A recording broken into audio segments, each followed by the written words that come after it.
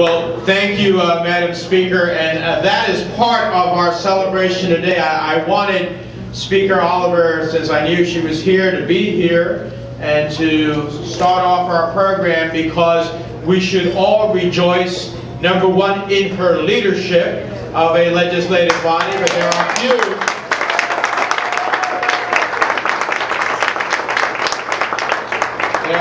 African-American speakers of their respective legislative body, and there are even less African-American women speakers of their legislative body. So we're incredibly proud, not just of her accomplishment, but of her work.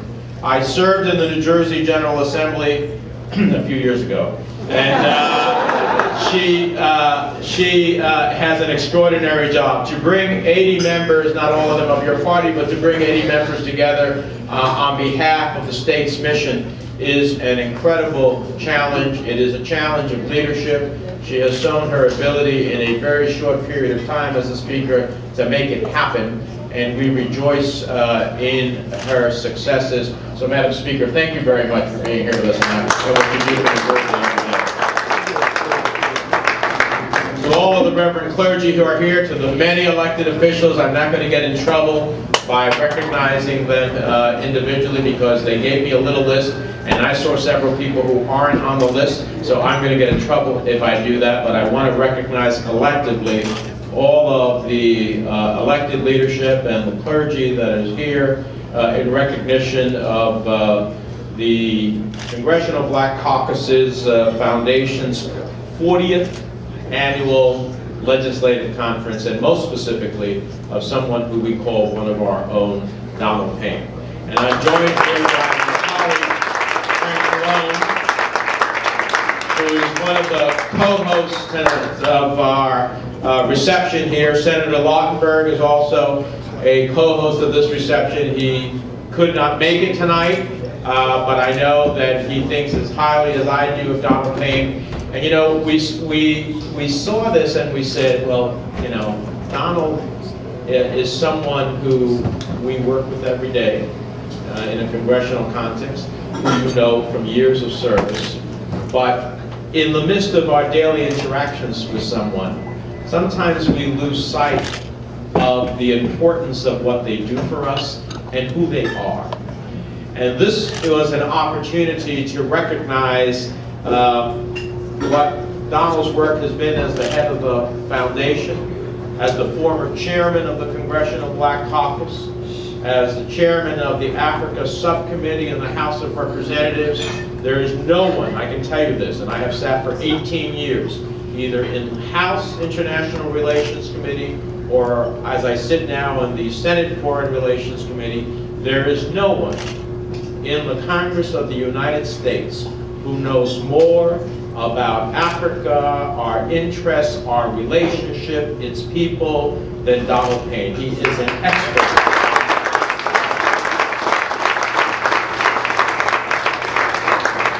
And while that is one of his passions, it is not the sum of his work. Clearly, his other significant role in education and labor has been a lifetime passion. And whether it was with the YMCA and nationally, and in New Jersey nationally and internationally, the Boys and Girls Club actually, the Boys and Girls, and the YMCA, and what he has done in his work on the Education and Labor Committee to make sure that every child's God-given potential can be realized and fulfilled. And that's really what the Black Caucus's Foundation has been about. It has been creating strong, skilled, informed leadership and driving the intellectual and political capacity of a community. And I'll always remember as chairman of what Congressman Payne has said. He said, quote, his top priority is to ensure that the foundation is effectively branded as the premier organization for advancing the global black community by developing leaders, informing policy, educating the public, and along the way, bringing a new generation of African Americans to be able to help fulfill that view and that vision.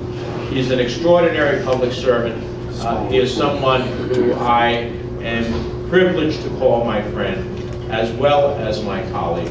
And we wanted to take this occasion to recognize someone who we have all dealt with for years, but sometimes we lose the sight of what they really mean, how much they really contribute, and what a difference they make to our lives each and every day.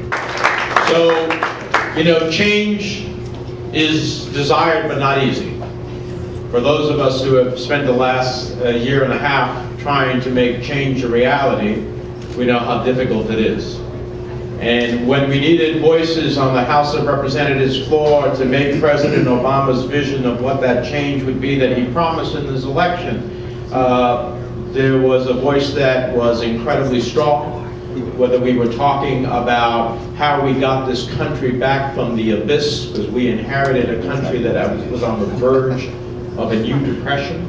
People talk of recession. We were on the verge of a new depression, and we saved it from that, and then try to get this country moving in the right direction so jobs could be created, and then said it was fundamentally wrong that 40 million people in our country had no health care insurance at all whatsoever in the greatest country on the face of the earth, and then said, you know, the people who got us into this trouble can never allow to be happen again, so we've got to reform Wall Street. And all of these are legacy issues. This Congress, however the elections turn out, and we're working hard for it to turn out well, but however this turns out, this Congress is a legacy Congress. No Congress in the history of the United States has made such fundamental change as happened in this Congress already to date.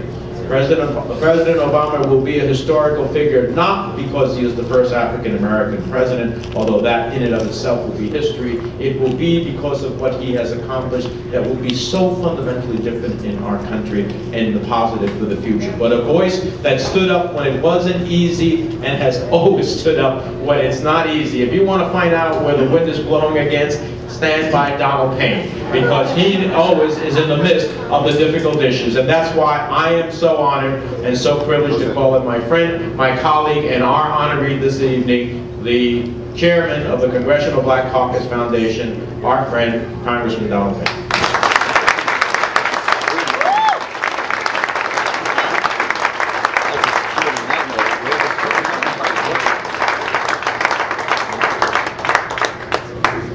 Sir, let me certainly begin by thanking my colleague, Senator Menendez, for those very kind words, and Congressman Payne. I think they want to make sure that I don't speak long, so they open up the door. Anyone who really wants to leave now, I guess they still have the opportunity. I'll look up for a minute. I don't blame them.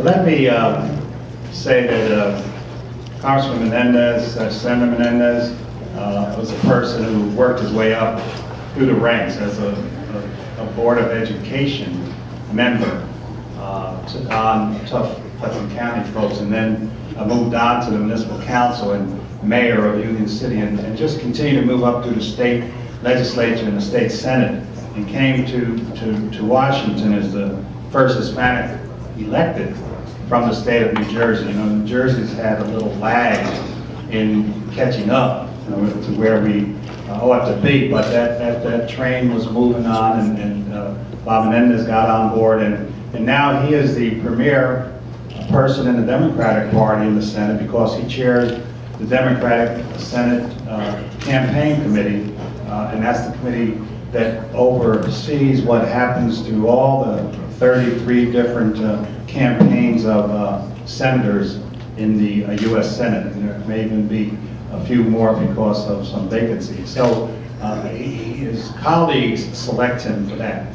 He was also selected as the caucus chair in the House, a very difficult task. And so the leadership that he has made in his stair steps up, there was a lot of stumbling stones in the way, but he made them building blocks, and he moved himself up, and I really appreciate the friendship that he has been developing with with me and the Congressional Black Caucus throughout the years. Also, let me say about Frank Pallone. Frank and I are longtime friends, as he mentioned. We were elected the same day in 1988. I'm not going to go into the story of it. Really, actually, Frank filled an unexpired term. And so even though we were elected on the same day, people in his district voted twice, really. They voted for him to fulfill the 2 months left from the unexpired term of the congressperson who passed away. And therefore, he was credited for being in the 99 Congress, I think, rather than the 100, where we were, I was put in. And of course, when his district changed and he had a little more color, he had a playing field in the district. It was a big meeting of all black churchmen. They didn't know him. They wanted me to explain to them who he was, local elected officials. And so I just went on to say that Frank Pallone and I were elected the same day, and would you believe that they gave him a whole term ahead of me? Now, I'm not saying this because I'm black. Who's this? It took about 3 or 4 years for me to clean up that area of his district. But Frank has really been and is a real leader. He is the one that kind of shapes the message every day when we're on the floor for 1 minute. Frank has the responsibility of getting enough Democrats to sit as there are Republicans. If they have 15, we have to get 15. If they have 30, we have to get 30. He tells what the theme for the day is, and so he has a tremendous amount of responsibility. And on the health care, he was very key in that. So let me just say that Frank is a real friend, and I don't tell that story anymore. Except for today and probably next week. Out of love, that's enough.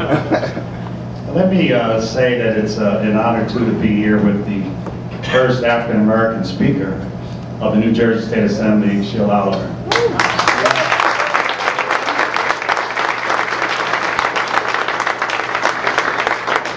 Sheila has done an outstanding job, worked her way through as a Board of Education person, worked her way up to the City Council, went up to the State Assembly and became the Speaker. And as I have said too, she has stood up against the governor who feels that teachers are the worst people in the world, evidently.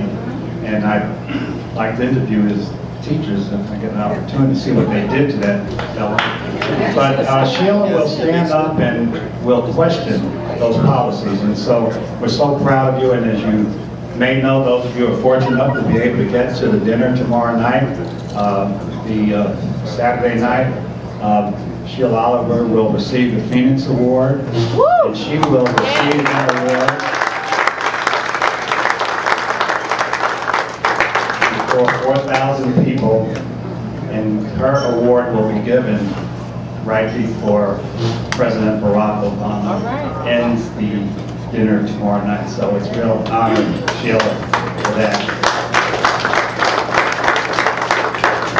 Thank all of you who come down. I see, and I'm not going to start naming names either, but so many state officials, the state officials and county officials and so forth. But I do have to mention 2 of my colleagues who's here. We have Congresswoman Fudge, who comes from Cleveland. She's a new member, but she is really one of our bright attorneys and came to us as a mayor of a city and came immediately to the Congress. She filled the seat of the late Stephanie Tubbs Jones. You know, we all loved Stephanie Tubbs Jones, but she's come in and has made her mark, and thank you so much for being here. And I understand my colleague on the Education Committee also Congressman Bobby Scott from Virginia.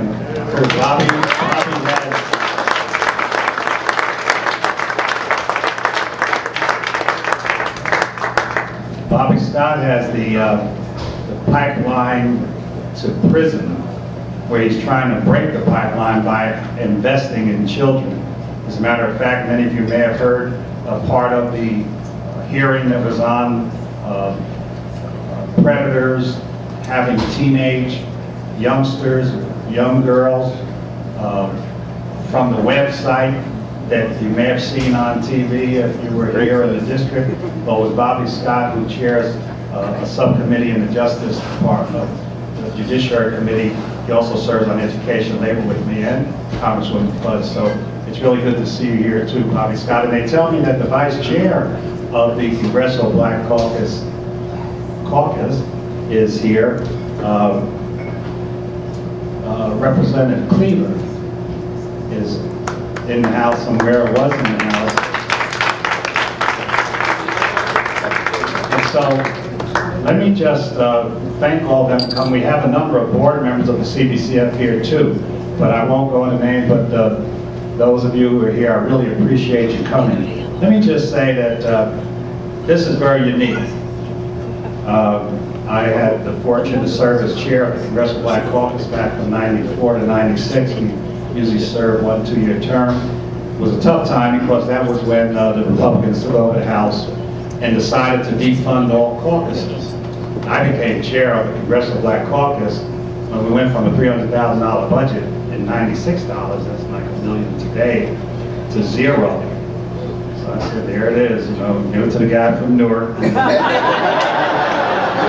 Wherever Newark's going, you know, he'll get first, whatever thing gets used to say. But we had a broke group, but I was able to depend on people. As a matter of fact, I appointed Bobby Scott to chair our committee of lawyers to come up with ways that we could defeat it. And Bobby, with the 13 other attorneys, was able to ensure that we were able to come up with a way to defeat the Republicans.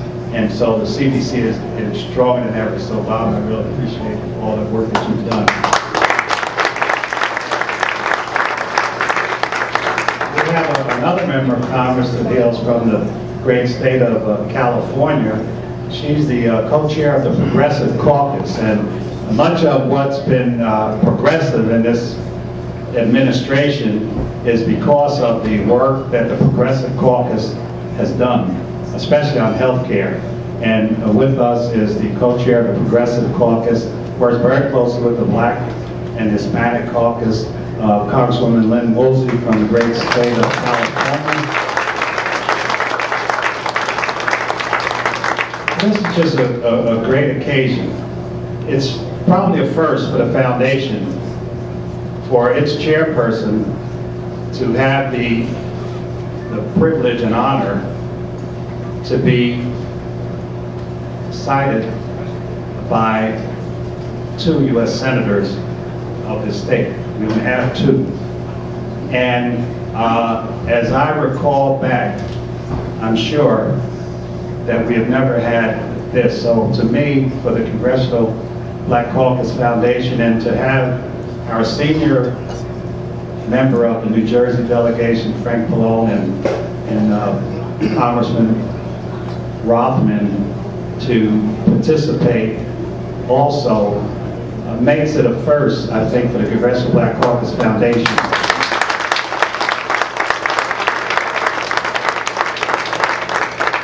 And I think it's a tribute, not to me per se, but to the Congressional Black Caucus Foundation, that they felt it right to do this. So let me thank you both again. I'm very humbled by this. Let me conclude by thanking all of you who for so many years have been supportive of me. I ran 3 times for Congress before I was successful. I lost more friends because anytime I walked up to them after the first vote, they go the other way. You know, I mean, moaning and groaning and crying and so forth. And after the second night, I knew it was over.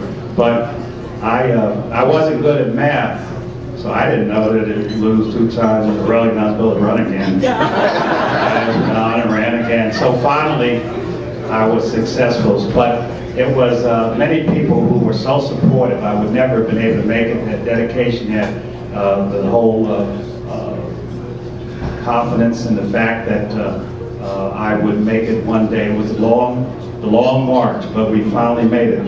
Let me just say finally about the Congressional Black Caucus Foundation. We really have an emphasis on the young people in our nation. We have a National Fellows and Internship Program, and we distribute more than 700 scholarships annually to deserving students throughout the country. It's something that many people don't know, but it's a great achievement of the Congressional Black Caucus. We have fellowships and internships that we're very pleased that some of our members become so outstanding as they move on through their career. And so the foundation does outstanding work. We are a 501c3. Of course, many times we are confused with the Congressional Black Caucus, but we're 2 separate entities with different missions, and we are very fortunate to have so many great persons who are involved. We have a Leadership Institute. We have a Center for Policy Analysis and Research. We have 13 members of the Congressional Black Caucus that serve on the board. We have over 20 members from the corporate structure. We'll have more than 12,000 people here this week attending, and we will certainly have many workshops and brain trusts. And so let me just conclude again by saying that it is really a tremendous honor and a privilege for me, and to see so many of you who have taken the time to come down. I know some have even come down and said they have to go back tonight. I think that that's a real sacrifice, and I think that our Senator Lautenberg and Congressman Rothman would probably be here, but as you know, this is one of their high holy days, and I think that by sunset they have to be at the destination. So, Bob, thank you. I know you've been such a good friend. Frank, we appreciate it. Your staffs are outstanding, and it's a pleasure to work with them. Thank you very much.